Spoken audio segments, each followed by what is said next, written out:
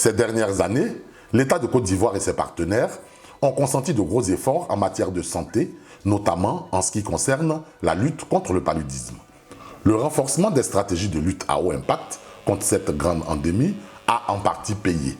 Le nombre de décès dus au paludisme a chuté de 3222 cas en 2017 à 1316 cas en 2020, soit un taux de mortalité en baisse de plus de 50% en seulement 3 ans.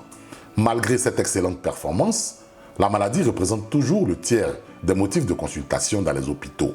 Le pays supporte encore une lourde charge de morbidité liée à cette maladie. Les spécialistes de la santé estiment, à juste titre, qu'il faut ouvrir d'autres fronts.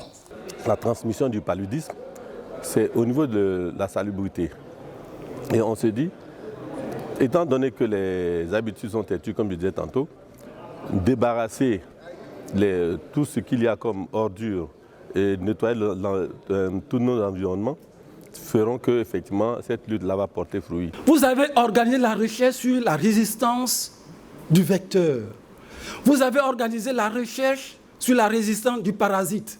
Qu'est-ce que vous avez fait pour le comportement humain? En effet, le manque d'hygiène, l'insalubrité, la végétation, les nombreuses variations climatiques et les comportements humains sont favorables à la reproduction des moustiques vecteurs du paludisme. En parcourant les agglomérations du pays, le constat est sans ambiguïté. Les déchets de ménage sont en errance, leur système d'évacuation est très peu efficient, les canalisations des eaux de pluie et des eaux usagées, quand elles existent, sont obstruées, le curage des caniveaux est sporadique et partiel.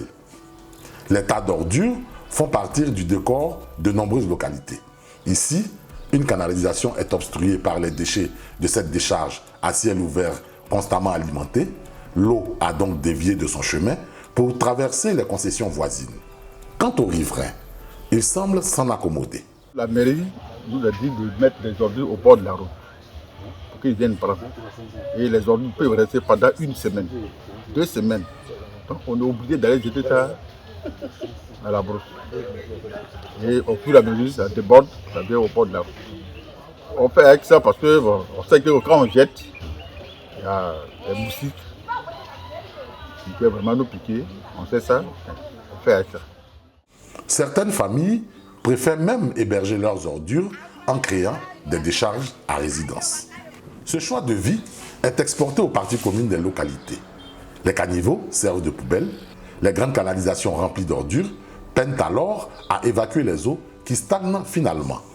Même les menaces d'amende n'ont aucun impact sur cette frénésie insalubre qui s'est emparée du pays. Manque d'hygiène et pluviométrie, le tout combiné produit ce spectacle avec toutes les conséquences sur la santé des riverains.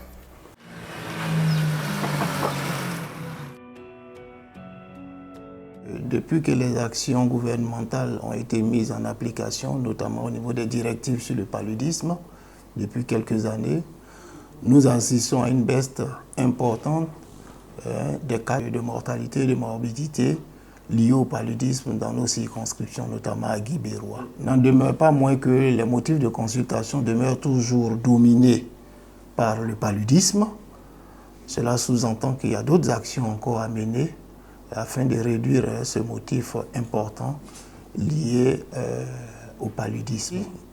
D'autres volets de la prévention nécessiteraient des actions au niveau communautaire, essentiellement la lutte contre l'insalubrité, l'assainissement de notre environnement de vie, de nos localités, afin que véritablement l'impact sur le paludisme soit des plus importants. Dans les petites agglomérations en pleine extension, les choses se mettent en place pour atteindre, sinon dépasser, le record des grandes métropoles régionales. Ces petites villes se construisent rapidement, mais sans canalisation. La nature crée alors ses propres infrastructures. Cette nature sera-t-elle aussi clémente en cas d'extrême intempérie? La question reste ouverte. Comme solution, le ministère de la Santé va procéder à la lutte anti-larvaire dans les régions très fortement endémiques du pays. Pour plus d'efficacité, cette stratégie va s'adapter aux nouvelles technologies à travers l'utilisation des drones. Les drones seront utilisés pour tuer les larves qui seront dans les gîtes qui sont étendus, notamment les bas-fonds, les grandes retenues d'eau. Donc ces gîtes-là seront traités à partir des drones. qui, en un temps record, vont pouvoir permettre d'éliminer une grande population de larves. Ainsi, on aura aussi des moustiques adultes qui seront éliminés et une réduction de la population des moustiques. Donc, on aura une incidence, une conséquence positive sur la population parce que la réduction de la maladie sera constatée. Ces appareils offrent plus de précision dans le traitement spatial, mais permettent surtout de pulvériser des zones inaccessibles. Mais ces efforts seront vains si après le passage des drones dans les localités traitées, l'insalubrité persiste. C'est pourquoi l'implication d'autres acteurs est impérativement souhaitée pour prolonger l'action du ministère de la Santé. Il s'agit des institutions de la République, des ministères clés, des structures techniques, des collectivités territoriales, de certaines ONG et associations, et surtout des communautés dont l'appropriation et l'adhésion à la lutte permettront d'atteindre zéro paludisme en Côte d'Ivoire.